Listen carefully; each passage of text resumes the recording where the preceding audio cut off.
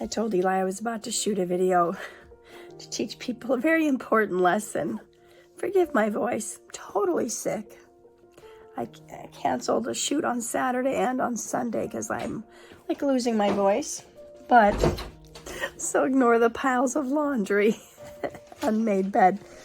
So, I'm just standing here minding my own business. And Eli had just had a piece of chocolate he got as a prize.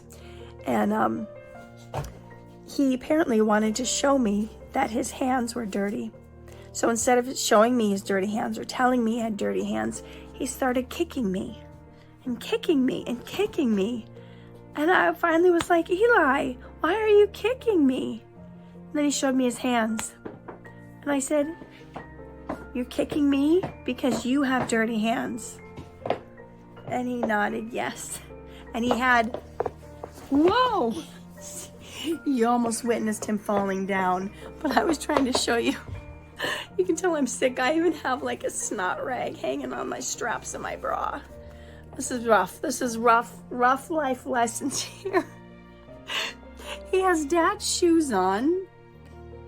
And he's kicking me. I was like, stop, that hurts. Okay, what's the lesson? What is my point? What is my point, Eli? What did I... live stream.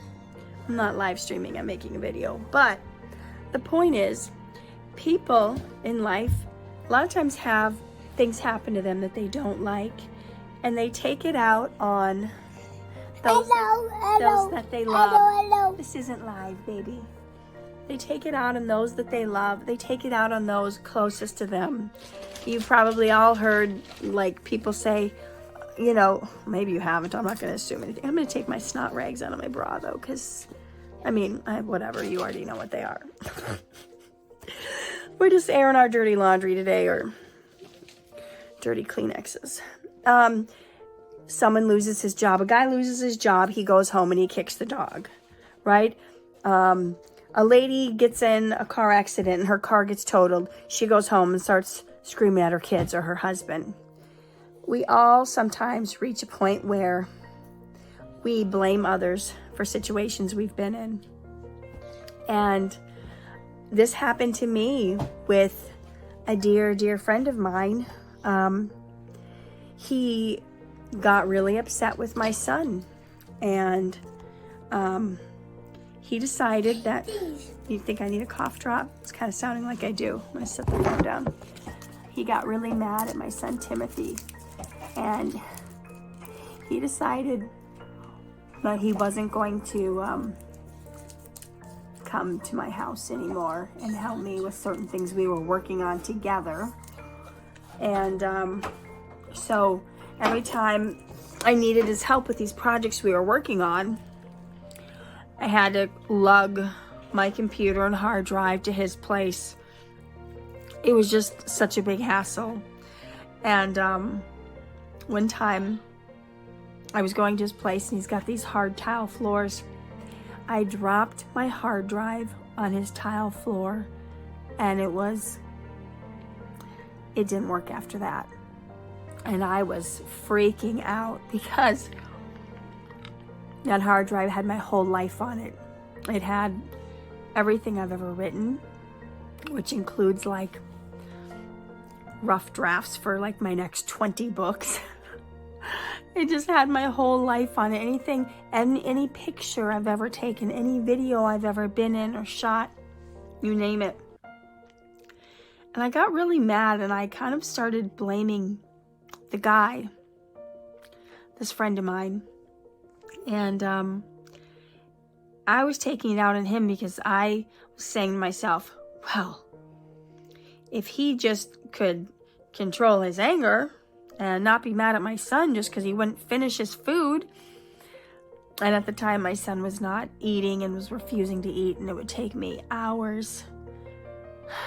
Like one time I spent 4 hours sitting at the table with my son because I said, you're not leaving this table till you finish your bowl of soup.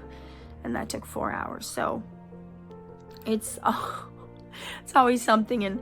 And if he hadn't gotten mad at my son and said he was never going to come to my house because he didn't want to see Timmy, I wouldn't have had to bring my hard drive always to his house and pull it out. And then I dropped. So here I'm, it's like this whole blame game, right?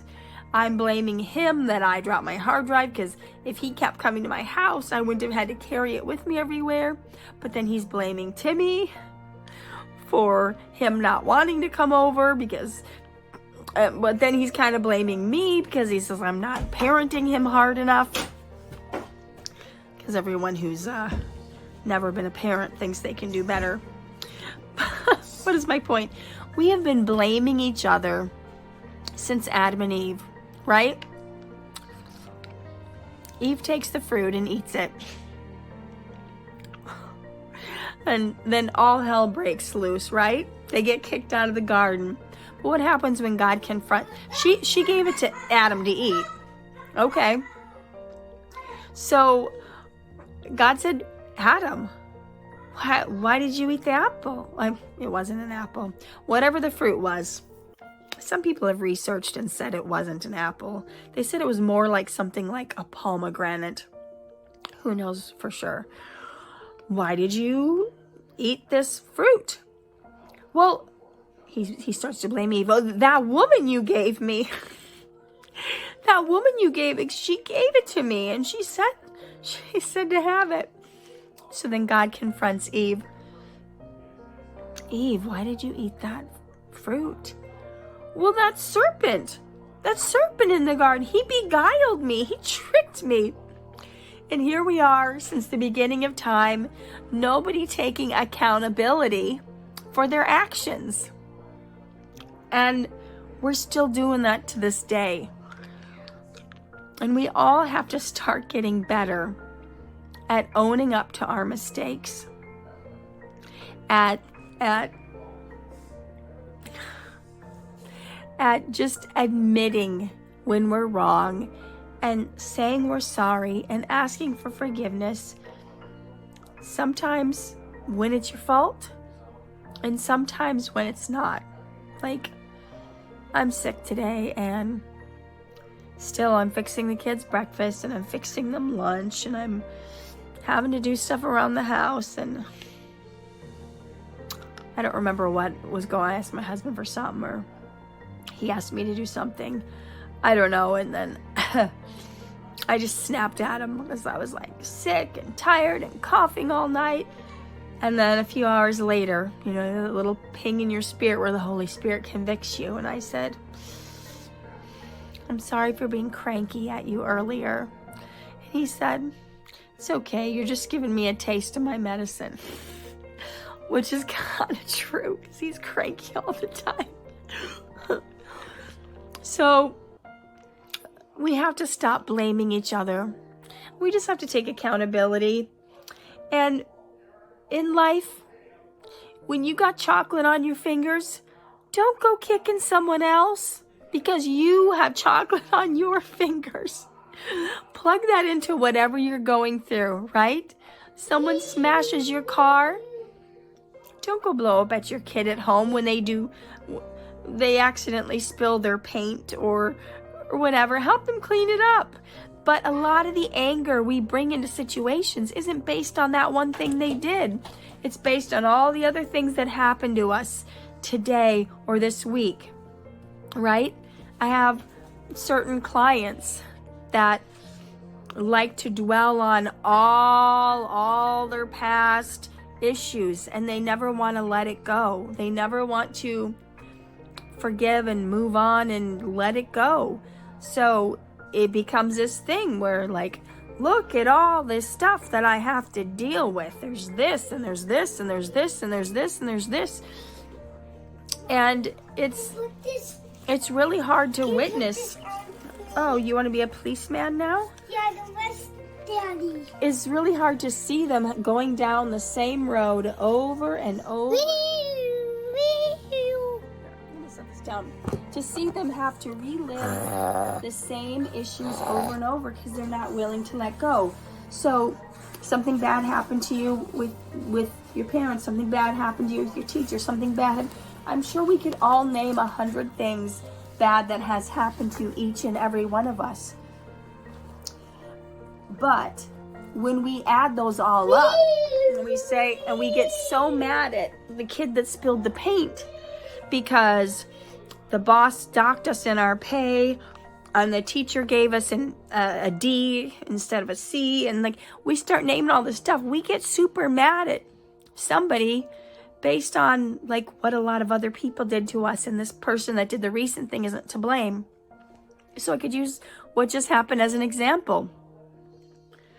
I could have gotten really mad at Eli for kicking me with Rob's big skateboard shoes on. I could have said, my gosh, I just got into town last night. I haven't been able to sleep. I had to make you kids food. I had to take care of you today. I'm sick. I haven't even gotten a nap in. I had to cancel both my shoots this weekend, so there goes that money I was gonna make.